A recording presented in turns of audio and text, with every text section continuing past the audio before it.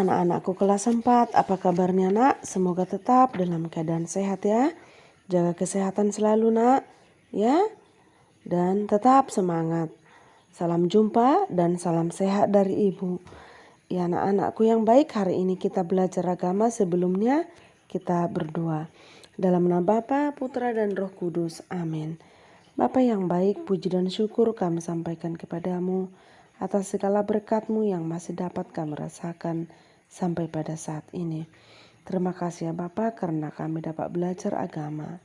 Semoga lewat pelajaran ini ya Bapa, kami semakin mampu mengenal Engkau lewat sesama kami dan juga lewat pelajaran yang kami pelajari hari ini.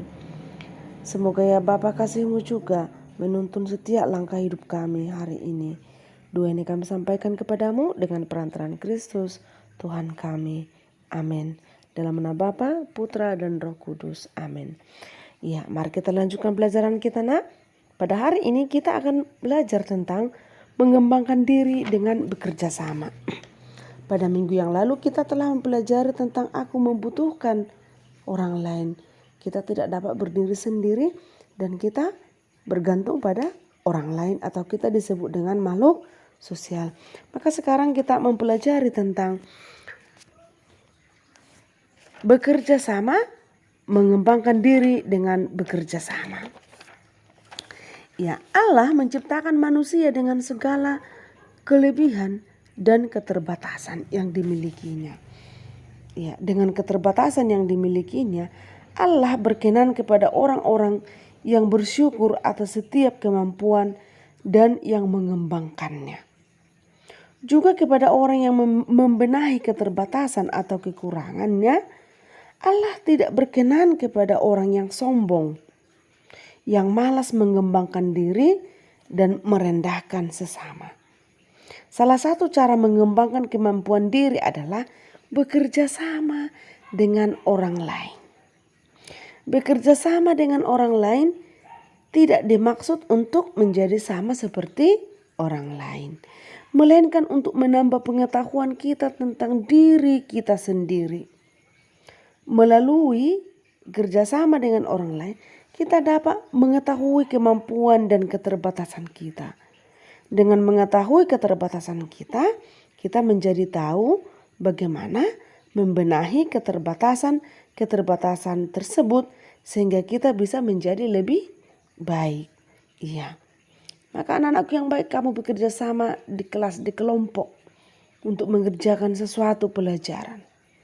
Maka kamu menjadi pintar dari hasil kerja kelompok kerjasamamu. Yang kamu tidak tahu menjadi kamu tahu. Iya, begitu juga ya nak dengan bekerja sama membersihkan lingkungan. Bekerja sama membersihkan sekolah. Yang biasanya kamu tidak mampu, maka kamu mampu karena melihat temanmu yang bekerja. Itu ada dorongan dalam dirimu untuk seperti temanmu melakukan pekerjaan yang baik. Boleh nanti nak kamu lihat cerita tentang si buta, si bisu, si tuli dan si pertewas ya. Iya. Melihat teman-teman yang cacat itu dalam cerita itu, si pertewas meremehkan mereka dan menolak bekerja sama dalam mengerjakan tugas yang diberikan guru kepada mereka. Si buta, si tuli, dan si bisu mempunyai kekurangan yang tampak dalam diri mereka. Mereka cacat. Tetapi mereka memiliki kemampuan yang berbeda satu sama lain. Si buta tidak bisa melihat, tapi dia bisa mendengar. Si tuli bisa melihat, tapi tidak bisa mendengar. Si bisu tidak bisa berbicara, tapi bisa menulis lewat apa yang dia ketahui.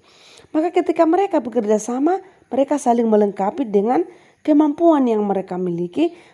Hasilnya pekerjaan mereka lebih baik dan mendapat nilai yang lebih tinggi dari pekerjaan si pertewas yang menolak untuk bekerja sama. Maka jangan contoh si pertewas, tetapi si buta, si tuli, dan si bisu mereka saling bekerja sama. Iya, maka sikap-sikap yang harus kita utamakan yang positif dalam bekerja sama adalah sikap keterbukaan tentang yang apa kemampuan dan apa yang tidak bisa kita lakukan.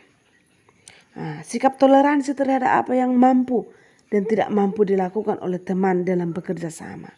Saling menghormati, mengutamakan kepentingan bersama, bekerja keras, dan memberikan peran serta maksimal. Sementara sikap yang perlu kita hindari dalam bekerja sama itu adalah sikap egois dan mementingkan diri sendiri, mementingkan kepentingan pribadi, merasa hebat, menganggap orang lain dirinya lebih pantas, malas dan tidak memberikan peran secara maksimal.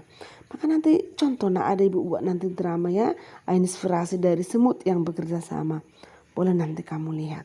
Dan dalam pelajaran ini juga kita akan melihat banyak anggota tapi satu tubuh. Terdapat pada 1 Korintus 12 ayat 14 sampai dengan 26. Bahwa anggota tubuh itu adalah kita sedangkan tubuh itu adalah Kristus. Ya. Semua mempunyai peran dan fungsi sendiri-sendiri anggota tubuh ini. Artinya setiap orang menerima karisma atau nilai lebih yang diberikan Tuhan. Semua itu hendaknya dipakai untuk melayani orang dan bukan untuk menyombongkan diri. Maka kita jangan pernah meremehkan orang lain. Kita dalam bekerja sama harus saling melengkapi dan saling bekerja sama dan saling menghormati. Maka anak-anakku yang baik, biasakanlah untuk bekerja sama untuk mengembangkan kemampuanmu. Sekian dan terima kasih.